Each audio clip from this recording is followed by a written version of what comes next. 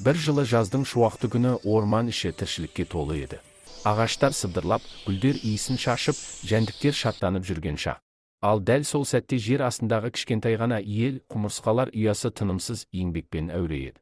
Бірі дән тасып, бірі ұядағы балапандарға қамқорлық жасап, енді бірі ұяның қабырғасын бекітіп жатыр. Олардың әрқайсысы өз ісін жақсы біледі.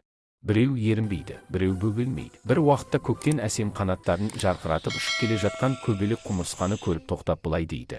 Әй, құмырсқалар, негесіңдер демалмайсыңдар? Күн сайын жұмыс істейсіңдер ғой? Мен секілді көңіл көтеріп, күнде ойын сауық құрып, бақытты қызық өткізбейсіңдер ме? Көбелек жан, біз бүгін еңбек етсек, ертең аш қалмаймыз. Ал еңбек біздің бақыт кілтіміз. Мен бұлай өмір сүре алмаймын. Менің өмірім еркіндік пен әсемдік. Деді де көбелек әрмен қарай ұшып кетті. Гүлден гүлге қонып ойын сауықпен өмірін жалғастыра берді. Уақыт өтті.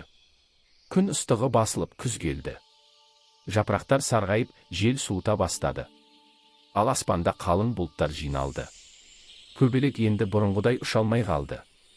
Қанаты суықтан дірілдеп, тамақ табу қиындады. Жаңбыр жауып, орман іші су болып кеткенде, ол қалтырап, паналайтын жер іздеді. Сонда ол жер астынан жарық жылтылдап тұрғанын көрді. Бұл құмырсқалардың ұясы еді. Ішінде жылы, таза, әрі дәнге толы ойма бар. Көбелек есікті ақырын қағып, сыбырлап айтты. Құмырсқалар, мені үйге кіргізіңдерші. Мен тоңдым, әлім жоқ. Кел көбелек жан, кел, сен бізге меймансың. Енді түсіндің бе, біз жаз бойы неге еңбек ететінімізді? Иә, құмырсқа, енді түсіндім. Еңбексіз күн жоқ екен. Еңбек қылғанның еңсесі биік, ал жалқаудың күні суық екен. Сол күннен бастап көбелек те ормандағы басқа жәндіктерге еңбекқор болудың қадірін айтып, бәріне үлгі болуға тырысты. Түйіні: еңбек бақыттың кілті. Ерінбей еңбек еткеннің өмірі шуақты, жүрегі жылы болады.